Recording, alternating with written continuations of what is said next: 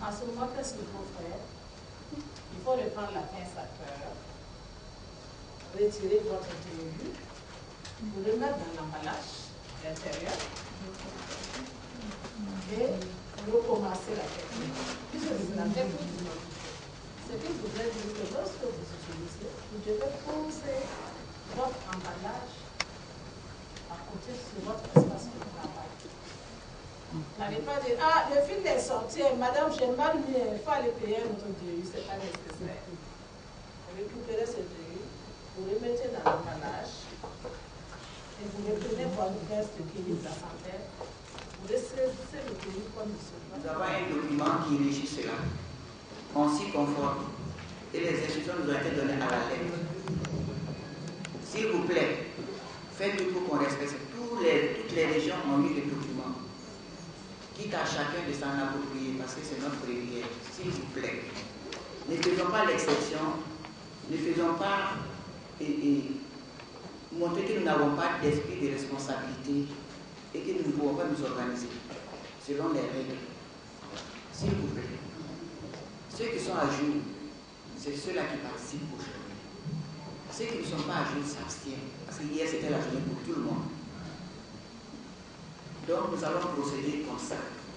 Vous allez ressortir et nous allons vérifier les cartes et les mandats. Ceux qui ont des mandats qui ont été donnés par leur responsable, bien par un de leurs membres de leur région, vont présenter ces mandats, nous allons les récupérer pour lister. S'il vous plaît, donc maintenant nous allons suspendre et tout le monde va sortir. Il y aura une seule porte d'entrée et il y aura un contrôle là-bas, une vérification des cartes d'inscription des attestations. C'est ainsi.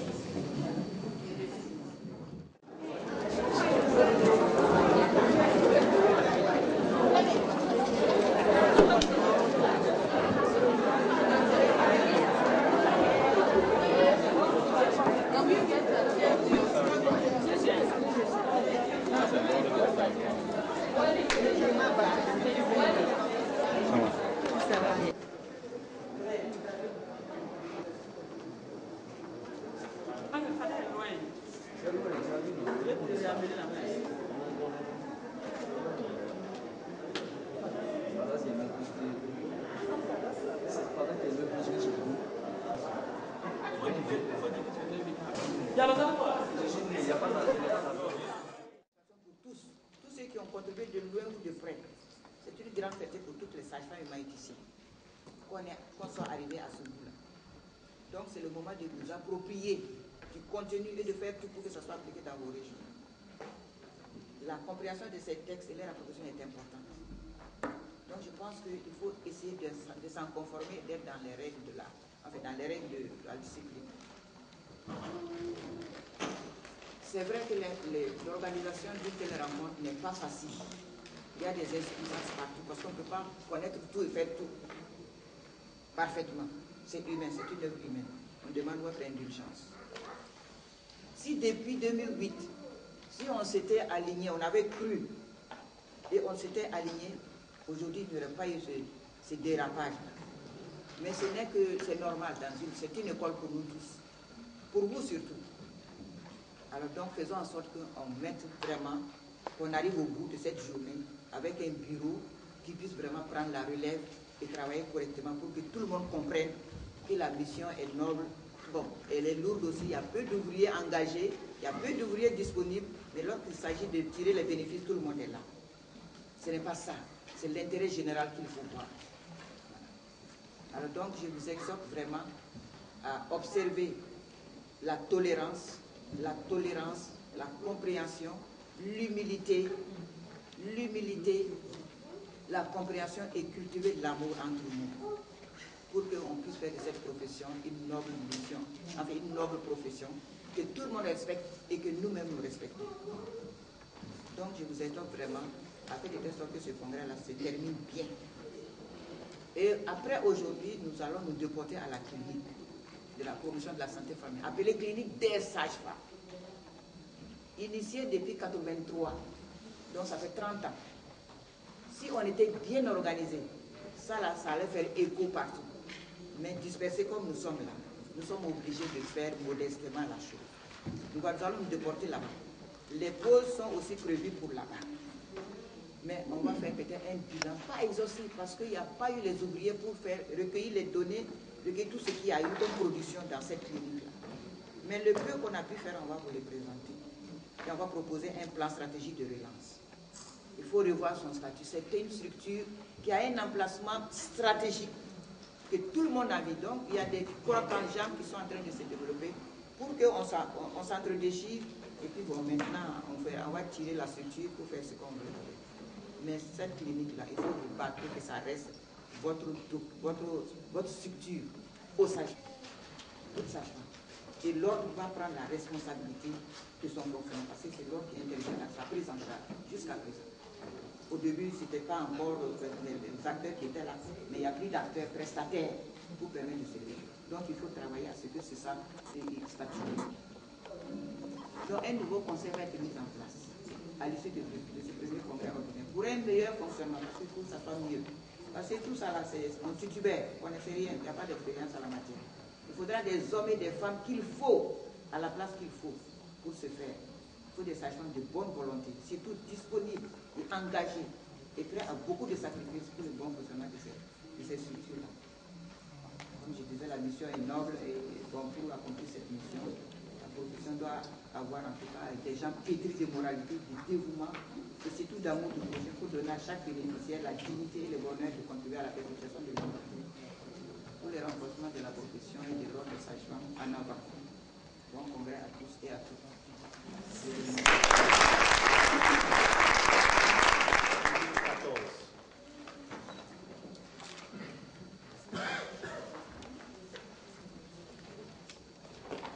Introduction. La loi numéro 23/94 ADP portant code de santé publique stipule la création des ordres professionnels de la santé et les conditions d'exercice de la profession médicale et auxiliaires médicaux. Des travaux préliminaires ont permis d'élaborer le premier draft des textes de base relatifs à la création de l'ordre des sages-femmes bioéthiciens. À l'issue des travaux, une assemblée générale constitutive s'est tenue le 10 septembre 2009 en marge de l'atelier national sur le repositionnement de la PF, a connu la participation des sages-femmes bioéthiciens venus des 13 régions du pays. Le Conseil national avec le bureau du Conseil a été mis en place. Ce Conseil, composé de 10 membres, avait pour principale mission d'élaborer, amender, finaliser, valider et adopter les textes de base devant régir la profession. 2. Harmoniser ces textes avec ceux de l'OAS adoptés par les pays membres de l'espace CEDEAO. 3. Informer, sensibiliser les sages-femmes bioéthiciens sur la création de l'ordre et ses missions. 4. Former les membres sur le code d'éthique et de déontologie de la profession sage-femme. Pour mener à bien cette mission, un projet de plan d'action a été élaboré. Ce premier congrès ordinaire se tient dans le respect des textes qui ont été adoptés par l'Assemblée nationale en 2012. Ce rapport fait état des principaux acquis et contraintes rencontrées par le Conseil national et les conseils régionaux. La présentation de l'ordre. Créé en septembre 2009, le Conseil national de l'ordre des sages-femmes bioéthiciens s'est attelé à la préparation des textes de base, projets de loi, code de déontologie, règlement intérieur, chambre de discipline et leur soumission aux autorités pour adoption. Au cours de ce mandat, d'énormes difficultés ont quelque peu entravé le bon fonctionnement du Conseil national de l'ordre des sages-femmes. Néanmoins, l'ordre a pu réaliser des avancées dans la disponibilité des instruments juridiques nécessaires à la réglementation de la profession et à l'établissement d'une discipline professionnelle reconnue d'utilité publique. L'ordre a été légitimé et créé par la loi 018 AN 2012, promulguée le 11 juin 2012.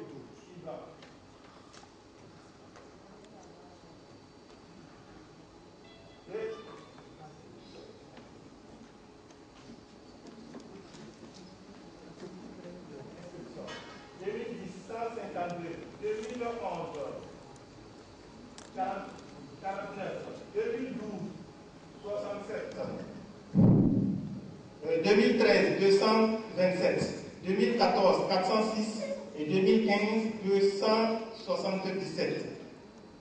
Soit une du rôle et mission. L'Ordre national des sachants maïticiens est une organisation émanant de l'administration publique qui lui confère une partie de ses pouvoirs et missions.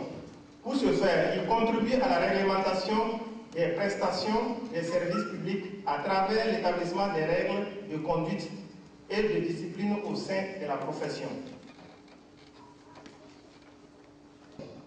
Au respect des principes de moralité, de probité et de dévouement.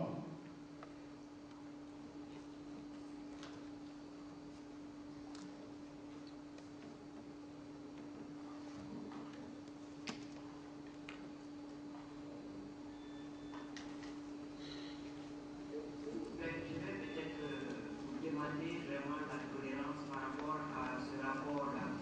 Quelques contraintes.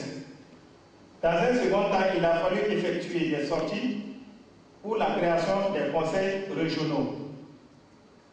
Les priorités sont la finalisation des réunions mensuelles du bureau national, des réunions extraordinaires, et 11 assemblées générales sur 13, c'est-à-dire Ouagadougou, Bobo-Dioulasso, Gawa, Banfora, Dédougou, Fada Gourma, Kaya, Zignare, Manga, Waïbia, aussi.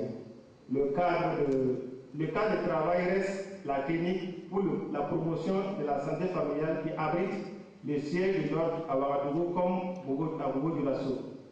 Dans les autres régions, le cadre de travail reste la direction régionale de la santé en attendant l'obtention de local propre aux conseils régionaux. Le conseil national du PADS, la réunion de la DSF sur le groupe thématique santé maternelle et néonatale et l'élaboration des différentes PTA. Différentes rencontres sur la médecine traditionnelle, revue de carnet de santé clinique privée. 6 dossiers ont été examinés et des avis motivés ont été transmis au ministère de la Santé. Il y a 2 plus 3 dossiers à Ouagadougou et un dossier à Oundé.